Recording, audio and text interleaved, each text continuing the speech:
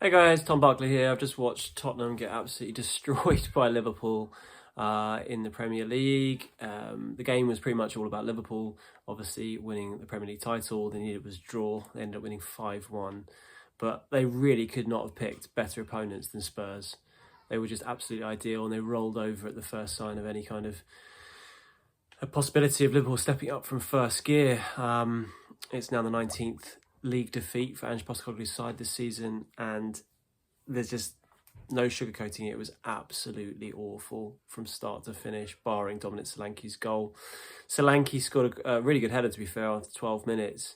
But in a week where Ange Postecoglou, in an answer to one of my questions, talked about how he sometimes liked to poke the bear when it comes to his critics with some of his comments generally, with his sort of sense of humour, it felt like his Spurs side poked the Liverpool bear here and they were eaten alive for their troubles. 5 goals, like I say, but it could have been more. It felt like almost like merciful from Liverpool towards the end when Spurs had basically raised the white flag and didn't score anymore. But another hiding at Anfield. I mean, so many have they had. I mean, I think Ange, every time he's been there to this ground, which, you know, as a kid, he sort of idolised this team. He's been absolutely spanked. Was it 4-2 last season? 4-0 this year in the Carabao Cup semi-final first leg, and now 5-1 here. I mean, it's pretty horrendous when you look at his record at Spurs, at Liverpool. And it just felt like they've if they hadn't already, which was probably the case, it felt like they've just well and truly given up on the Premier League at this point. Look, I mean, going to Anfield, you're always at risk of a hiding, particularly a team that is sort of about to win the Premier League. But to go down in such a way was embarrassing and reflects pretty terribly on the players and the manager. It felt like to me like there was a real lack of experience telling. In fact, it felt like to me all season really. There's been a lack of experience telling in this team, and actually Ange kind of referenced this in his last press conference that he felt like it's been the right thing to rejuvenate the squad, but they have lost some seriously experienced heads, and I thought that really showed itself in the game today. And to be honest, you could argue there's a lack of experience in the dugout as well. I mean, Ange wouldn't like that. He's obviously been in management for 30 years, but an experience at this level, it felt like it came to pass today, and fans will obviously argue that it's come to pass in other games this season. But just like some of the decision-making by players was absolutely incredible. And we know for a fact, you know, just look at Jed Spencer's interview with Rio Ferdinand, that it all comes from the manager, the way he wants to play and the way he sort of basically insists on the players playing out from the back. I know that's like a common theme with modern football, the way that teams do it, no matter what, but there really do seem to be times where Spurs are doing it almost knowing that it could be the way they come unstuck in a particular match. And it was arguably the case in this game. They just seem to be so often the masters of their own downfall. I mean, just go through it. After they scored, you know, that pretty impressive opener from Solanke's header against his old team from Madison Cross, the equaliser came, 4 minutes later. I don't have too many sort of qualms with that particular goal. It was a lovely pass from Mo Salah to set away. Was it Szoboszlai who teed up Diaz? Was originally ruled out for offside, but VAR proved that it wasn't, and it was given in a sort of bit of a switch from from a Diaz goal against Spurs back at the Tottenham Hotspur Stadium last season, which was ruled out, obviously, of that VAR controversy. Remember that when they got it all wrong at Stockley Park when they thought they were saying the goal was okay, but actually got it all wrong on the pitch with the referee. And end up ruling it out, and then one of the most farcical scenes, if not the most farcical VAR scene ever in Premier League history. But anyway, that's by the by. This one was correct and showed how the system can work, I suppose, albeit not from Spurs' favour. But it was the second goal. I mean, what are you doing? Matisse Tel starting on the left today, one of the few players who kept their place from the Forest game. I think it was him, Spence and Vicario. 8 changes apart from that. And he's trying to play it out, and he gives the ball away, and Gray's too weak, to be honest, against Gravenberch, who basically manages to offload it to McAllister. And look, this is what not just Liverpool, but like teams way further down the league with the quality in the Premier League do to you when you make these mistakes. They punish you, and Liverpool definitely going to. They've got absolutely brilliant players. but also players that Spurs were kind of in the hunt for at one point. I mean, I seem to remember McAllister being on Tottenham's radar, or at least reading stories about that. That was kind of before my time covering the club. But Liverpool obviously got him, and a brilliant finish to make it 2-1. And then you knew the game was up. And the game fell up as soon as Liverpool equalised anyway, probably before the game began. But I suppose Solanke's goal gave Spurs a bit of hope. But as soon as McAllister's goal went in, you thought you could just sense that the heads would drop. And then this, what I'm talking about, this experience on the pitch, not just Tell's choice to pass it, but do you see Ben Davies's reaction when the ball went in? He sort of collapsed to the floor in what looked like a sign of, God, not again. And it just feels like Pierre-Emile Højbjerg was not everyone's favourite player at Tottenham. I'm well aware of that. I thought he was a good player, a useful player, but I've been in enough Spurs games to see how fans weren't a fan of his style generally. But he was a savvy player, and I do think they really have missed him at times this season. He wasn't started that much by Postecoglou, but he was used a lot, particularly off the bench, as like an enforcer. And as much as you could say Lucas Bergvall or Archie Gray will hopefully become better players, and for the fees they've been brought in, particularly Bergvall, will prove to be brilliant value for money. If they were 28 right now and producing the same stuff as they are at the moment, no one would even be talking about them. So it's not to say they've had bad seasons. They've done quite well in difficult circumstances. But the overall decision to bring those players in and prioritise youth over some more experienced players, whilst it may pay off in the long run, it hasn't at all this season, and probably won't, and probably do for Postecoglou, albeit he's got his own tactical issues as to, a lot of blame lies with him. It's not just a recruitment strategy, but I see both those arguments being relevant when you look at a game like this, where Spurs are paying the price for going for young players, making certain decisions, and lacking that nous and experience which Liverpool got in spades. And they had a bit, in the squad last season.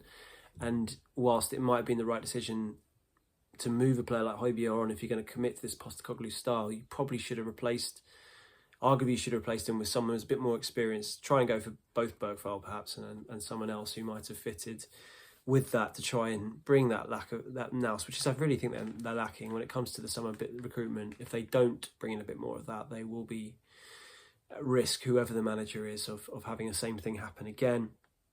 And it wasn't just the second goal, it was the third goal as well, wasn't it? Routine corner comes in, an absolutely pathetic header, to be honest, from Bergvall trying to clear it.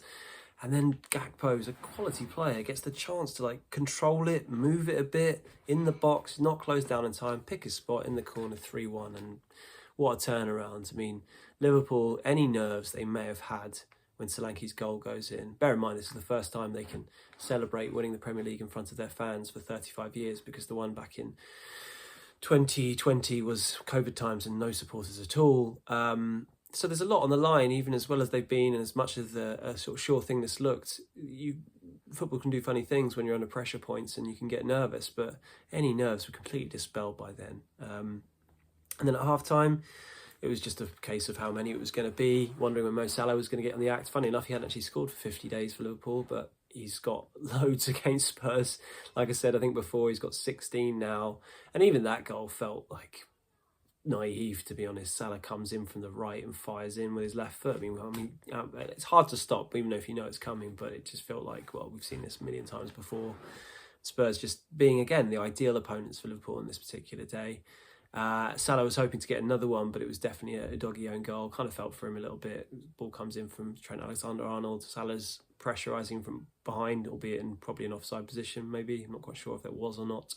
And Udogie basically caught between a rock and a hard place and ends up putting him for 5-1. And like I say, that was pretty much it. Could have been more. Nunez with an awful ball late at the end when he should have either finished it himself or given it to Salah. So it could have been worse. Could have been worse, but it was still 5-1, which is awful.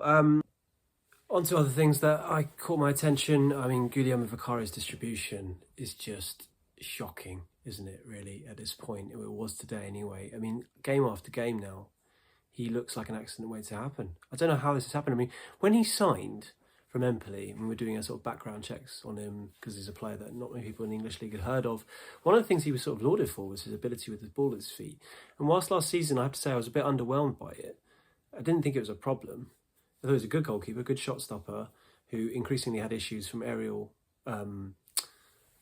positions, particularly for set pieces, which really was a theme of last season. But it wasn't like his distribution with the feet was particularly bad. It just wasn't as impressive as I was hoping for.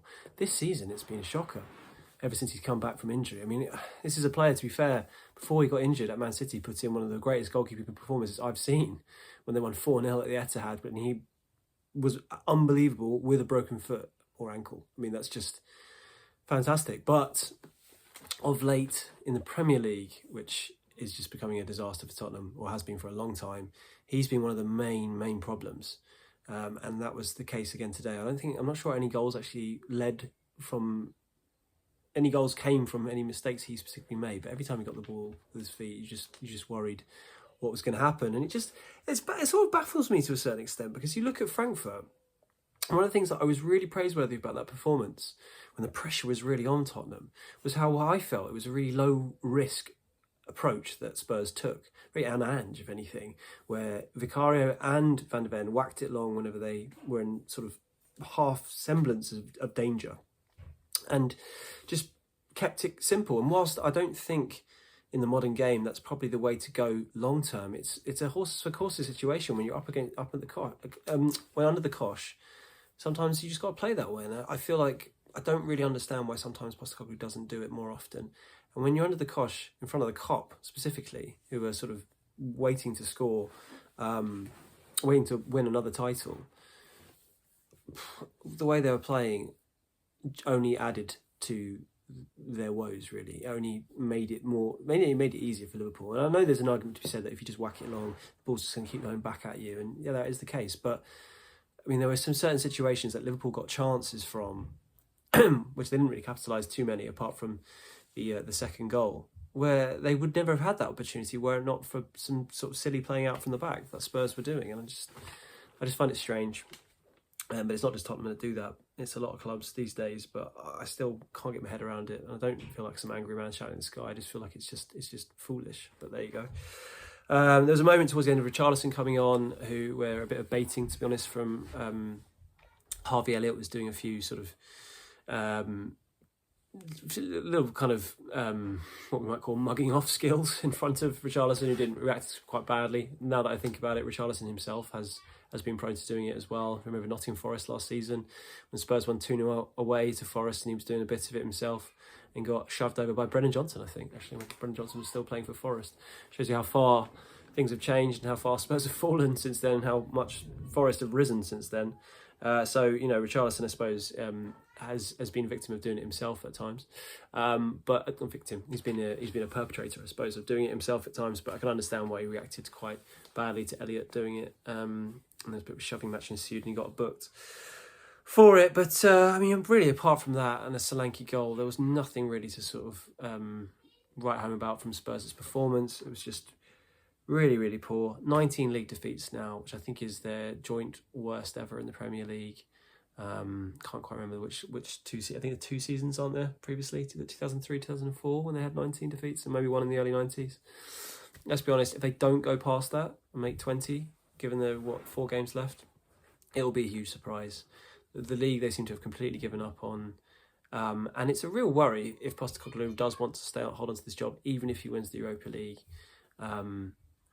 this season, because there need to be some crumbs of comfort going into next season if he's still to be the manager, that they can be a competitive team in the Premier League. And not only do they look like not a competitive team, they look like a team that are going to be in a relegation fight if they carry on playing like this next season. They're lucky, Tottenham, that the 3 teams that got promoted were so bad that unbelievably, with a points haul of 37 points, they are 16 points clear of danger. I mean, I don't know if that's ever happened in the Premier League history.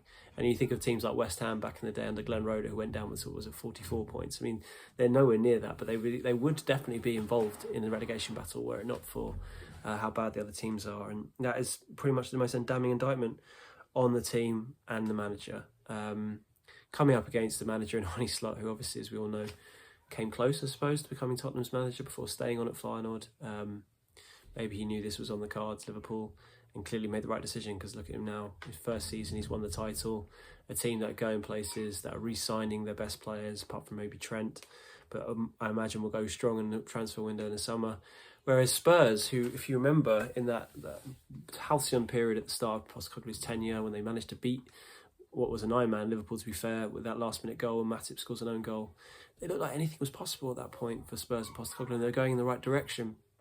And yet, they could not be further away from Liverpool now than they have been in many, many years.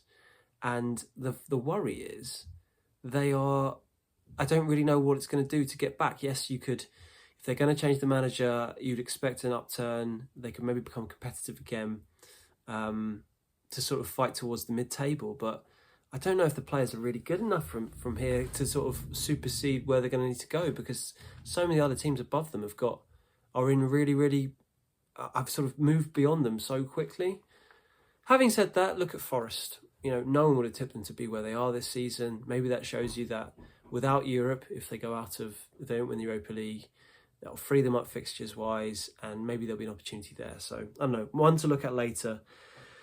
But anyway, look, we knew it wasn't about this game. It was about Bodo in the week, who, by the way, won 3-0 with 3 late goals in their league game today.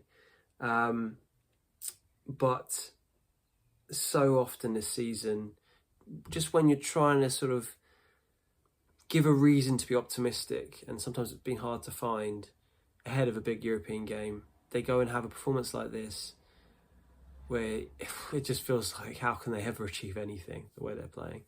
But look, Bodo are a different prospect. They're at home. Spurs, to be fair, at home in the Europa League have been pretty good. And Frankfurt, the away performance kind of came out of nowhere, to be honest. So maybe this team is such a strange team this year that they can pull it out and they'll just completely forget about this and move on. But right now it's hard to see. Anyway, I'll do a video after the press conference ahead of Bodo, and we'll go from there. Cheers, guys.